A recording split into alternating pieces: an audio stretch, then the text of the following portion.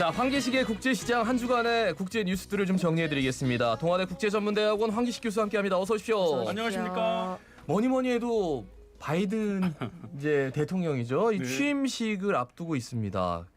그런데 이게 취임식을 앞두고는 보통 잔칫날 잔치 기분이어야 되는데, 야, 미 50개 주 전역이 보안이 대폭 강화됐어요. 특히나 워싱턴 DC 저 취임식장 근처에는 주 방위군 2만 5천 명이 투입이 됐습니다. 이 웬일입니까? 아이고 2만 5천 명, 실감이 좀 나십니까? 우리 주한미군이 2만 8천 명입니다. 전체 주한미군이. 네. 그러면은 또 이 8년 전에 예. 그 오바마 대통령 그 취임식 때는 그때는 또 그때도 막 그 군인을 많이 배치했거든요. 네. 그때는 10,000명이었습니다. 지금은 그보다 2배가 넘으니까요. 지금 언론 그쪽의 언론들을 보면은 분석들을 보면은 준전시 상태다. 아니면 이게 계엄령 속 취임식이다. 이렇게 네. 헤드라인들을 그러니까. 지금 하고 있거든요. 예. 실제로 의사당 앞에 일반인들은 거의 출입이 지금 다 금지되고 있고 주요 도로라든지 지하철, 역은 모두 다 폐쇄되어 있습니다. 그런데 워싱턴 DC에만 있는 연방의회만 그렇게 폐쇄한 것이 아니라 예. 50개 주에 각 주마다 의사당들이 있잖아요. 네. 예, 예. 그럼 그 워싱턴 DC에는 못 가지만은 각 주에 또 의사당도 보안을 강화해야 되거든요. 그래서 50개 주에 각 주 의사당은 전부 경계를 강화했는데 선거가 이번에 개표 과정이 좀 박빙이었던 주들 있지 않습니까? 예, 예. 플로리다라든지 애리조나, 펜실베니아 같은 경우에는 경계 강화 정도가 아니라 펜스하고 철제 장벽까지 다 치고 있습니다. 아예 접근을 못하게. 이게 뭡니까 진짜. 그리고 비상사태를 선포한 주도 있고요. 예, 버지니아라든지 메릴랜드 같은 경우에. 그리고 취임식 날 모든 공무원들은 반드시 절대로 자택근무를 하라라고 지시한 네. 주도 있습니다. 네. 대표적으로 뉴저지주 같은 그런 경우에. 그런데 그 트럼프 대통령은 그날 뭘 하는지 궁금해하잖아요. 네네. 네네. 취임식 참석 안 하겠다고 했거든요. 그렇죠, 네. 그렇죠. 독자적으로 따로 이임식을 준비하고 있다는 보도가 나오고 있어요. 워싱턴 근교에 있는 공군 기지에서 기지에서, 예. 따로 이임식을 준비를 해서 사람도 모으고 4년간의 뛰어난 업적 발표도 크게 하는 그런 세레모니를 준비하고 있다.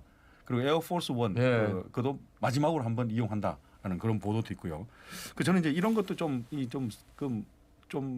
뭐 부담이 되는 그런 보도들이잖아요. 예, 네. 예. 그거 말고 좀 기대가 되는 것도 있지 않습니까? 어쨌거나 네. 바이든 대통령이 취임하는데 저는 늘 그 취임식의 연설문 같은 것을 좀 연구하는 학자니까요. 네. 그런 걸 유심히 보거든요. 예, 예. 그래서 이번 취임식 주제는 특별히 더 연설이 좀 기대가 돼요. 주제를 하나가 된 미국으로 잡았더라고요. 네. 취임식 네네. 자체를. 그다음에 연설문에서는 화해와 치유를 반드시 강조하는 그런 주제로 연설을 하겠다라고 지금 예고가 되어 있습니다. 그러면서 얼핏 나오는 것이 민주당 지지자들에 대한 호소보다도 오히려 공화당 지지자들에 대한 그런 호소가 더 많이 담길 것이다. 예. 이거는 기대가 되는 부분이고요. 또 하나 기대가 되는 게 취임 후에 열흘 동안 기습 작전을 하겠다고 했거든요. 예. 상당히 급한 미국의 현실이니까 그 기습 작전 동안은 의회의 동의가 필요 없이 신임 대통령 예, 긴급 행정 명령으로 반드시 12가지 정도는 열흘 내에 처리하겠다고 발표를 네. 했거든요. 그러니까 전임 트럼프 대통령이 네네. 만들어 놓은 것들 그렇죠. 뭔가 네. 여러 가지 논란이 있었던 사안들에 대해서 다시 본래로 돌려놓겠다. 그걸 10일 동안. 취임 후 열흘 안에 예. 얼마나 급했으면 네.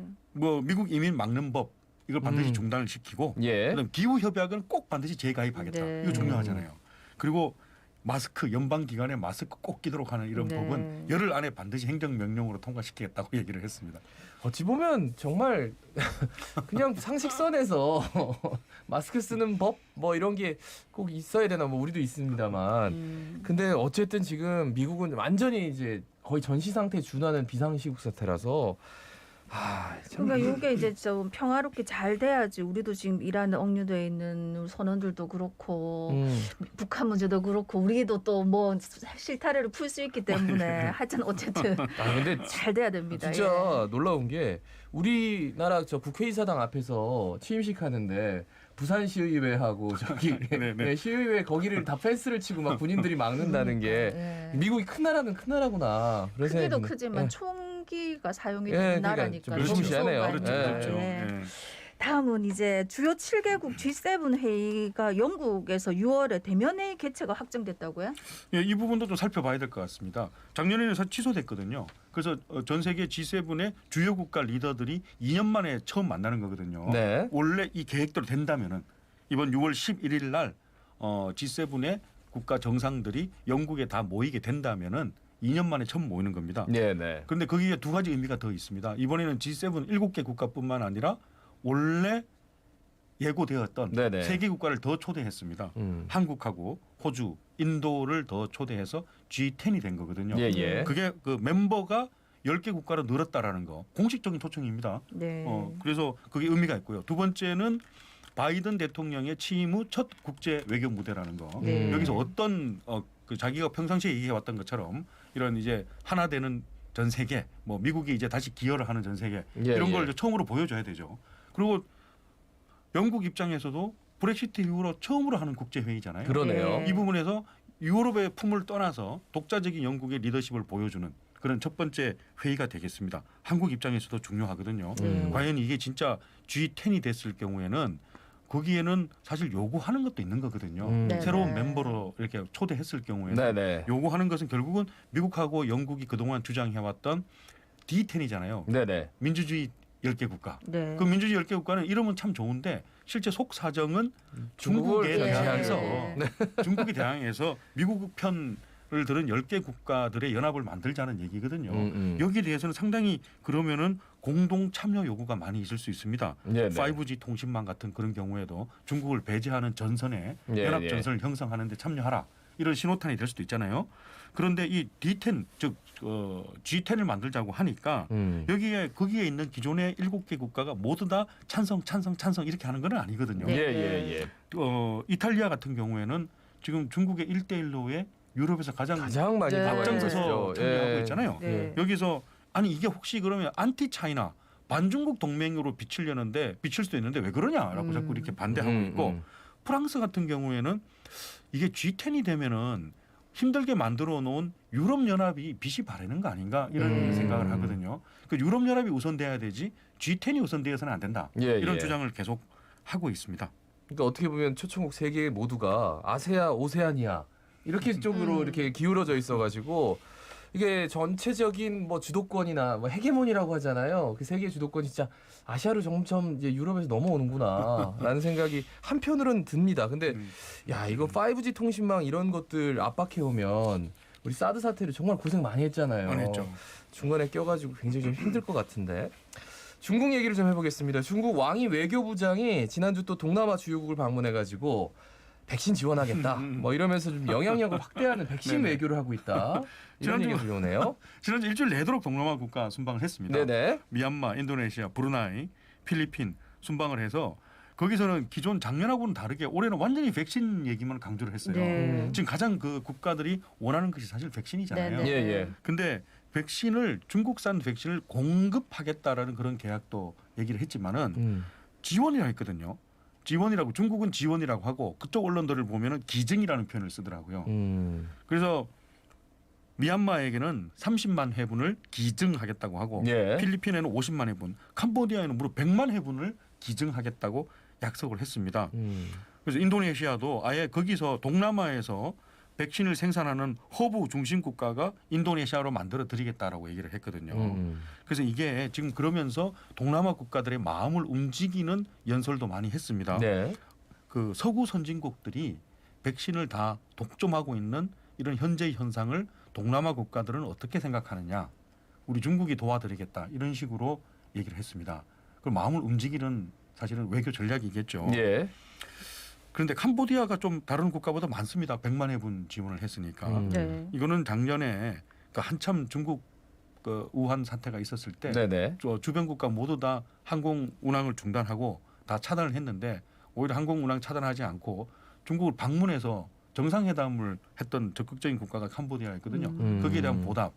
이 부분이 또 설득력이 있는 게 이번에 그 베트남은 또 순방 국가에서 빠졌습니다. 네. 최근에 또 갈등을 벌이고 있는 예, 약간 예. 친미적인 성향을 보이는 국가는 또 뺐습니다. 뺐어요. 예. 근데 이제 그러면 중국산 백신에 대해서 관심을 많이 또 가지실 것 같아요. 네. 일단 장점이 많이 있습니다. 시노백하고 시노팜은 뭐 아시겠지만은 가격도 서구산에 비하면은 가격이 반값이죠. 네. 그리고 유럽에도 첫 수출이 되고 있는데 동유럽 국가 세르비아, 헝가리에서는 이거 미국산, 유럽산도 받아들이지만 이 중국산 시노팜을 많이 지금 수입 계약하기로 했습니다. 예, 예.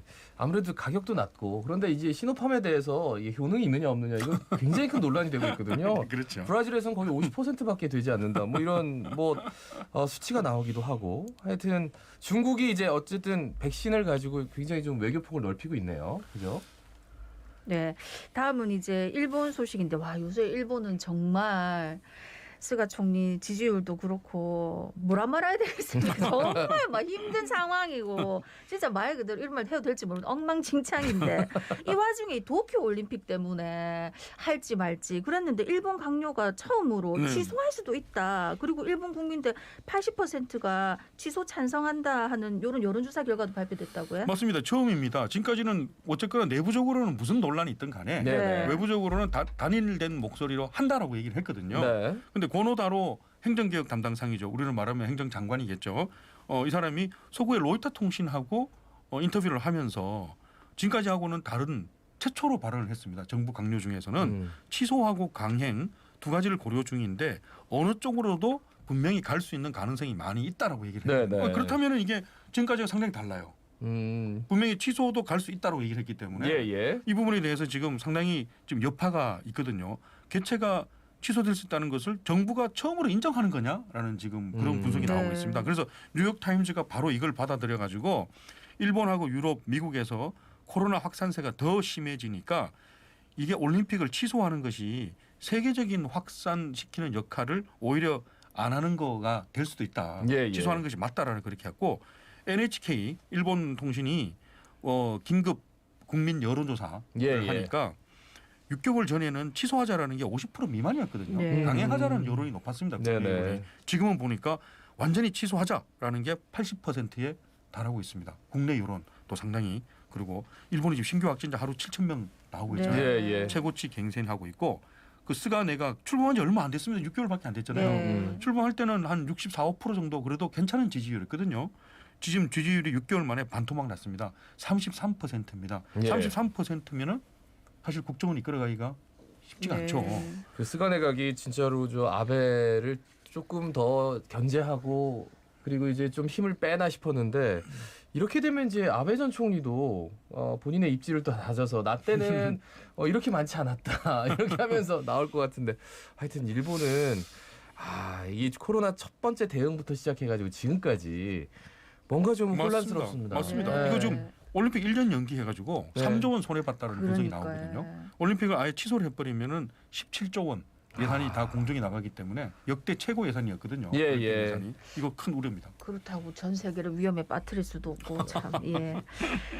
근데 요새 비트코인 뭐 비밀번호를 잃어버렸다는 등 이런 소식 좀 잠잠 종종 있던데 3천억 원 비트코인 담긴 하드디스크 찾기 위해서 쓰레기 메리점 수색 요청한 사람이 있다고요? 그렇습니다. 영국의 이제 웨일즈의 예. 뉴포트라는 좀 작은 도시에 사는 35세 청년인데 제임스 하월스라는 청년이 지난 11년 동안 비트코인이 그렇게 유행하거나 비싸지 않을 때 예. 조금씩 모았는데 그냥 7,500개 정도를 모았대요. 와. 근데 이제 이 그 노트북에 음료수를 엎질러 가지고 그 하드 디스크를 빼갖고 따로 보관하고 있었답니다. 근데 그걸 실수로 이제 그 쓰레기통에 버린 거예요. 와.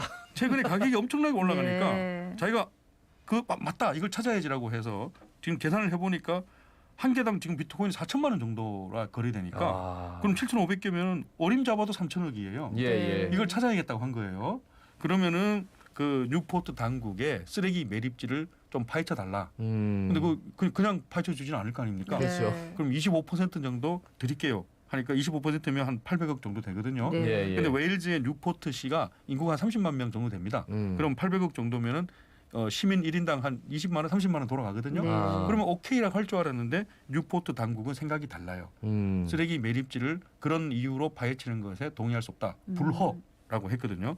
그 불허 이유가 주변 지역의 환경에 심각한 우려가 될 수가 있고 네. 그리고 당신은 한 800억 약속을 했지만 우리 시 입장에서는 그걸 다 파헤치고 나서 그 파헤친 폐기물을 처리하는 비용이 그거보다는 더 많이 나올 거라고 예상이 된다라고 네. 거부했습니다. 그러니까 파헤쳐서 찾아야지 이 돈을 준다는 거니까. 못 찾으면 또 못 찾으면 안 준다 그러면은 시 입장에서도 굉장히 난감한 거잖아요.